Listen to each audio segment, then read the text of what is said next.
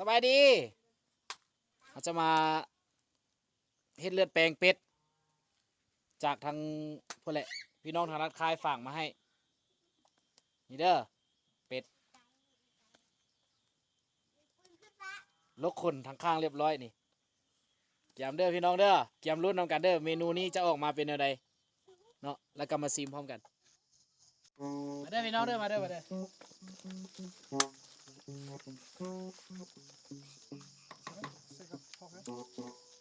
ตำเจียวได้เนาะมาเอาคืนแล้ววันนี้สินไอ้เถอะขันบ่นึ่งไอ้ได้คืนไอ้บ่คืนนี่ขันบ่ส่งไงมาพี่ส่งยาพี่เจ็บส่งไปลำบากคนรถมานี่ บ่คืออีนแล้วมันอันนี้ใส่ลูกโดดหลายๆนี่ลูกโดดกระเทียมพอเราเบิ่งไหมพอใส่ พอแล้ว ดีปีสด โอ้ควันแทะ แหน่ไอ้กี้ไอ้เลย ในระหว่างรอเรามาตามน้ำเจลไว้กับปิ้งเป็ดใส่มันหลายๆรสเอาจนก้นแดงเลย บ่คนวัน ผู้สวยนี่บอกกินเหล้าแต่ว่าผู้สาวนี่กินดี พามพราม ปีนี้ไข่มันด่างนี่รุดทุนใหญ่ปีนี้จะเอาเมียก็บอกเอาจักให้ได้มัน ยังโดนยังบ่มีผู้เอา นั่นเมียจะเอามัน จะไม่เมียสิเอามันยุ่งอีก ข้าวผู้สาวไปขอตัว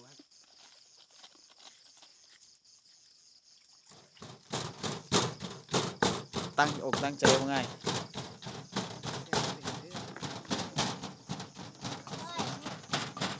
ไอ้นิ้วสักโต๊ะนะหัวเอาโต๊ะออกไปมื้อนี่ เงี้ยวใส่ส่งติ่งว่าส่งไป เนี่ยเขาบ่ได้นิ้วสักโต๊ะนะหัวเอาโต๊ะไปโอ้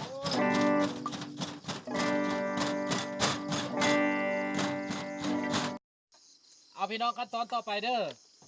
เราจะมาปรุงกันเนาะหลังจากคั่วเครื่องในแล้วเขาก็เอาหอมเอาอย่างใส่มีหัวสีไข่มีหอมลาบแล้วก็มีหอมบัวหอมป้อมใส่บางเพชรป่นอยู่ใส่ บ่มีเผ็ดดิบ อันนี้แป้งนัวเด้อหรือว่าผงชูรสใส่น้อยแซ่บน้อยใส่หลายแซ่บหลาย ซื้อหลาย คันว่ากินหลายก็ใส่หมวกในนี้เลยเอา กิ ใส่ น น้ ลา อย ย หนึ่ง พร้อม พอ ล้น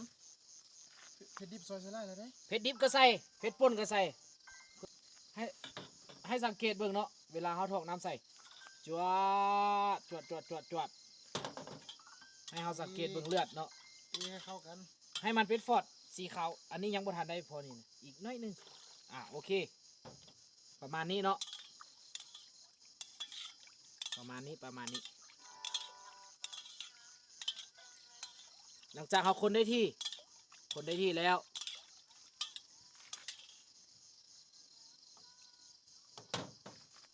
ลองมันก่อน พอยังน้อยอยู่เนาะ โมเมนต์หอมน้อยดิเป็นเฮาตัวน้อยดิ ตัวน้อยครับ แป๊บเดียวตากเลยเอาใส่กันเลยพี่น้องจวดตี แปรงให้มันงามกันบ้านี่ข้าวคั่วล่ะ บ่มี จานนึงได้ไหมโอ้ เอ้ยไปเลยดิ ละ นั่นล่ะ เด้อพี่น้องเด้อนี่เด้อได้อยู่หลังจากนั้นหอมที่เหลือ ปรุงหน้าว างลงไปลองเด้อพี่น้องเด้อเมนูนี้ออกมามันจะเป็นยังไงมื้อนี้วางอารมณ์ดีอีก อารมณ์ดีมื้อนี้มาเด้อพี่น้องเด้อรับเลือดแล้วสมบูรณ์แล้วตอนนี้เสียทีแต่ว่ากินกลางคืนเนี่ยจังน้อยเนาะเห็นบ่มีข้าวตอก เด้อ นี่เรานี่เราพอไหม นี่ลาไม่กินละ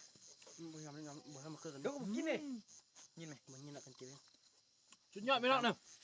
คือจิบแซ่บไปเลย3 บ่วงติดต่อกัน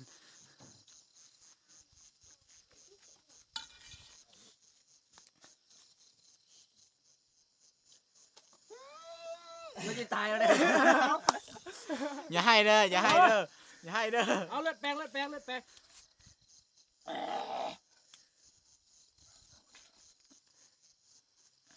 จ่าเสือเหลาจ่าเสือเหลาเสือขวางอ่ะมาเด้อพี่น้องเด้อ บ่ได้ให้เลยน้ำตาไหล ตะน้องร่วมหมู่กองเข้าไปไปหาแม่ครับมาเด้อพี่น้องเด้อมาเด้อ ข้าวสุกนะ เอาตีน กินตีนบ่ กินตีนมันบอกกล้าด่า ไปซีน้ำบ่ลูก มันก็เลยเอาตีนให้กิน ตีนเป็ดเนี่ย ไม่ตีกว่าเอานี่เนาะตัดเครื่องเนาะ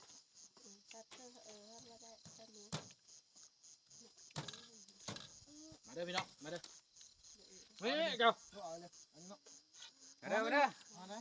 กินเลือดกีฬามา ก็ต้องเอากีตาร์ไปบ่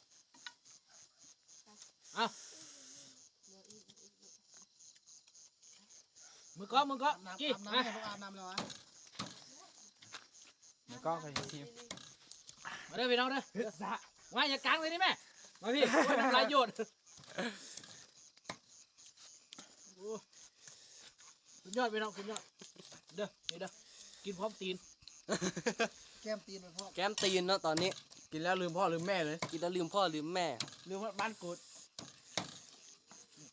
ตีนเป็ดพี่น้อง ตีนเนาะตีนลูกเดียวอาจารย์รุ่นเขาอาจารย์เขามากินตีนเนาะ มื้อนี้บรรยากาศมืดๆเนี่ยเพราะว่าเป็นตอนแรงเนาะมีแกงเห็ดพร้อมมื้อนี้พี่น้องช่วงนี้ฤดูฝน ถ่ายเองเห็ด เห็ดธรรมศาสตร์มันออกกินข้าวเด้อ จะเล่าแล้วเนาะ เจ้านี่ข้าเอาไปทางกลางเอาไปทางกลาง ปลามีอยู่2 คนจะไอ้กินหน่อย ใส่อันกะปิเมื่อกี้อันเอามาวะ กะปิ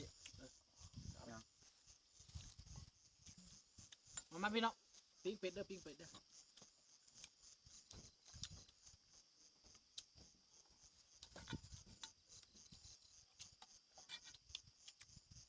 โอ้การดีเรื่อง เดี๋ยวนี้ฝีมืออาจารย์ย้อยเขาเนาะถือว่าเกินเซียนเนาะ เด้อพี่น้องเด้อ เลือดเป็ดมาตะฟักเก็บ เด้อพาอยู่ใกล้เท่านี้เด้อนำมาเด้ออาจารย์ย้อยเด้อก ะปิมาเพชรพี่น้อง โดยบาสบิไหมอย่าเผ็ดนะ บัสบิเองคือหัวนะอาจารย์ย้อยมันคือมัน ไปกินเอามาพี่แม่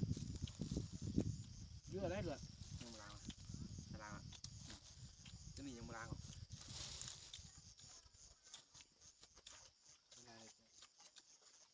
แกงเห็ดนี่ ฝน